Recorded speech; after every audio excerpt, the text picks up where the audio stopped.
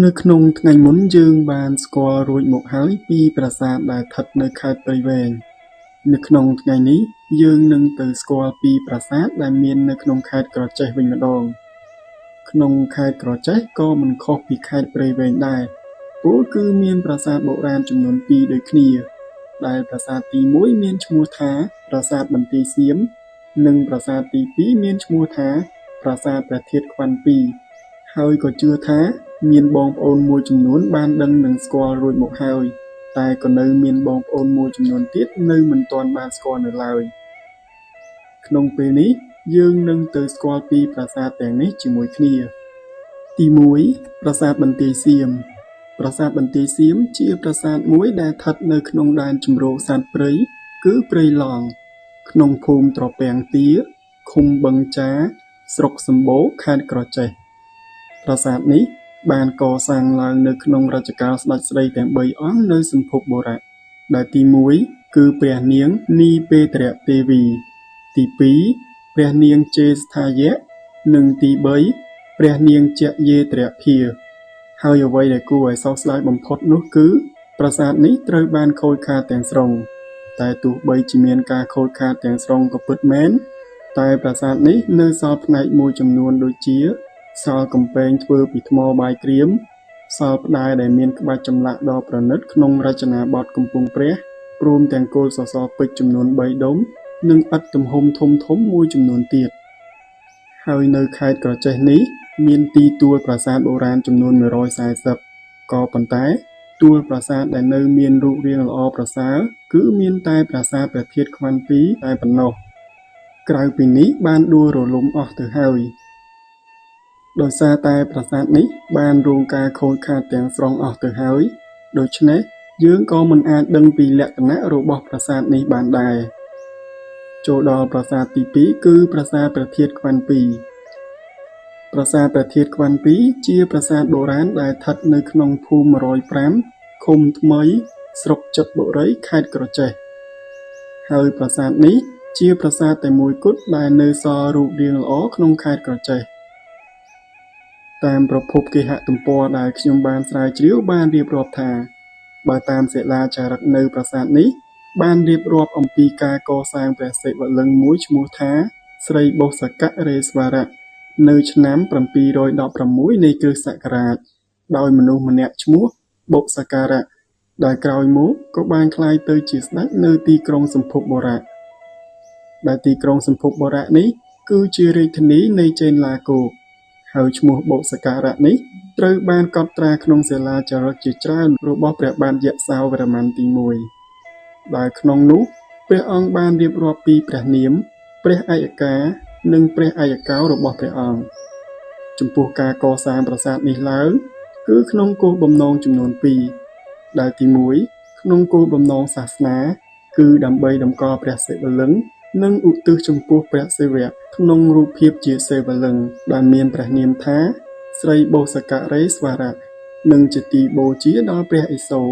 ព្រោះព្រះសិវលិង្គគឺជានិមិត្តរូបនៃព្រះសិវៈដែលជាអាទិទេពសំខាន់ក្នុងព្រហ្មញ្ញសាសនាទី2ក្នុងគោលបំណងនយោបាយគឺបង្ហាញពីអំណាចនិងអធិបតេយ្យភាពទើបសាងសង់ប្រាសាទដ៏ធំនិងស្រស់ស្អាតបែបនេះដោយទ្រង់បានប្រកាសពីអំណាចនិងភាពស្ដុកស្ដំរបស់ទ្រង់ព្រមទាំងជានិមិត្តរូបនៃការឯករាជ្យរបស់អាណាចក្រខ្មែរលើសពីនេះទៅទៀតគឺដើម្បីបញ្ជាក់ពីស្ថានភាពជាអ្នកគ្រប់គ្រងដែលមានអំណាចស្មើនឹងទេវតាព្រោះទ្រង់ពីដំបូងគឺជាមនុស្សសាមញ្ញរហូតបានក្លាយទៅជាស្ដេចចូលដល់លក្ខណៈស្ថាបត្យកម្មប្រាសាទព្រះធាតុខ្វាន់2ជាប្រាសាទសង់លើទីទួលហើយប្រាសាទនេះកសាងឡើងពីឥដ្ឋមានតួប៉មចំនួន2សង់លើរាងចតុកោណស្មើមួយដោយក្នុងមួយជ្រុងមានប្រវែង70ម៉ែត្រលាតសន្ធឹងពីជើងទៅត្បូងដែលស្ថិតនៅក្នុងជ្រលងភ្នំរាងធ្នូនិងមានគូទឹកព័ទ្ធជុំវិញផងដែរប្រាសាទនេះសាងសង់បែរមុខទៅទិសខាងកើតដោយមានកំពែងតាមទិសចំនួន2គឺទិសខាងកើតនិងទិសខាងត្បូងចំណែកឯទិសខាងជើងនិងទិសខាងកើតពុំឃើញមានស្លាកស្នាមកំពែងនោះឡើយចំពោះទីតាំងតួប៉មមិនស្ថិតនៅចំកណ្ដាលនៃទីទួលទេគឺស្ថិតនៅផ្នែកអាគ្នេយ៍នៃទួលតួប៉មទាំងពីរនេះមានទំហំខុសគ្នា ដែលតួប៉មខាងជើងបានដួលរលំអស់ដោយនៅសល់តែជញ្ជាំងបន្តិចបន្តួចតែប៉ុណ្ណោះហើយគេសន្និដ្ឋានថាប្រហែលជាកន្លែងតម្កល់ព្រះសិវលិង្គព្រោះគេបានឃើញនៅស្នាមត្រូយោនីមួយនៅទីនោះចំណែកឯតួប៉មខាងត្បូងនៅមានរូបរាងអាចឲ្យយើងស្វែងយល់បានតួប៉មនេះមានទំហំធំជាងតួប៉មខាងជើងនិងមានក្បាច់ចម្លាក់ឆ្លាក់យ៉ាងលម្អិតនៅលើផ្តែរសសរពេជ្រសសរផ្អោកនិងប្រាសាទអណ្ដែតនៅលើជញ្ជាំងជាដើមរីឯផ្នែកខាងក្នុងប្រាសាទមានការលម្អជញ្ជាំងជារាងមណ្ឌលផងដែរបើតាមស្ថានភាពបច្ចុប្បន្នយើងឃើញថាប្រាសាទនេះបានរងការខូចខាតយ៉ាងធ្ងន់ធ្ងរដោយនៅទ្វារចូលបានបែកបាក់អស់តែនៅតាមជញ្ជាំងផ្សេងទៀតមានការរចនាជាទ្វារបញ្ឆោតដែលយើងឃើញថាទ្វារបញ្ឆោតនោះកសាងឡើងពីឥដ្ឋមានការរចនាជាសសរផ្អោកដែលមានក្បាច់ចម្លាក់យ៉ាងស្រស់ស្អាតដែលក្បាច់ចម្លាក់នោះគឺជាក្បាច់ផ្កាភ្ញីដែលបង្ហាញពីភាពសម្បូររុងរឿងថ្កុំថ្កើងនិងមានឥទ្ធិពលប្រកបដោយការគោរពបូជាទៅលើសាសនាជាមួយគ្នានេះក៏មានការលម្អសសរពេជ្រមានរាងមូលអមទៅដោយក្បាច់ចម្លាក់ដ៏ប្រណិតផងដែរតែត្រូវបានរលុបក្បាច់ខ្លះនិងមានសភាពចាស់ទៅហើយនៅខាងលើសសរពេជ្រយើងឃើញមានការលម្អផ្តែរដែលបានឆ្លាក់ក្បាច់ភ្ញីទេសក្នុងទម្រង់វង្សហៀកនៅខាងចុងផ្តែរដែរដែលមើលទៅក្បាច់ចម្លាក់នេះពិតជាស្អាតខ្លាំងណាស់រីឯជញ្ជាំងក៏មានការលម្អជាប្រាសាទអណ្ដែតឬវិមានអណ្ដែតផងដែរក្រៅពីនេះនៅខាងលើចុងជញ្ជាំងដែលស្ថិតនៅលើផ្តែរក៏មានក្បាច់ចម្លាក់ដែរតែមានផ្នែកមួយចំនួនត្រូវបានបែកបាក់និងរបេះអស់ឯកំពូលប្រាសាទគឺត្រូវបានខូចខាតទាំងអស់តែម្ដងបើពិនិត្យមើលលើក្បាច់ចម្លាក់នៅលើផ្តែរនិងសសរផ្អោកប្រាសាទនេះស្ថិតនៅក្នុងរចនាបថកំពង់ព្រះក្នុងដើមសតវត្សទី8ដែលសសរផ្អោកនេះមើលទៅ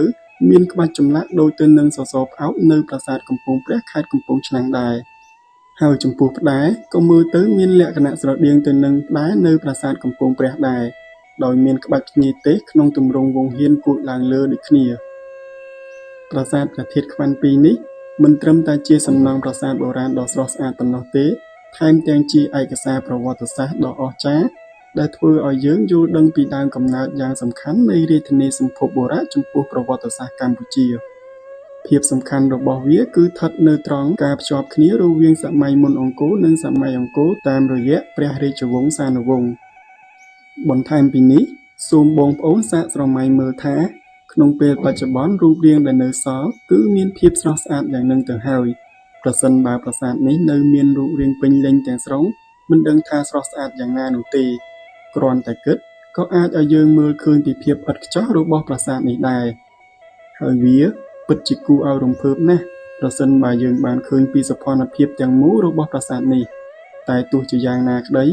ក៏យើងបានដឹងពីភាពអស្ចារ្យរបស់ស្នាដៃបុព្វបុរសខ្មែរដែរដែលបានកសាងប្រាសាទដ៏មានតម្លៃនេះឡើងទុកឲ្យកូនចៅជំនាន់ក្រោយបានស្គាល់ពីភាពអស្ចារ្យនៃជំនឿសាសនា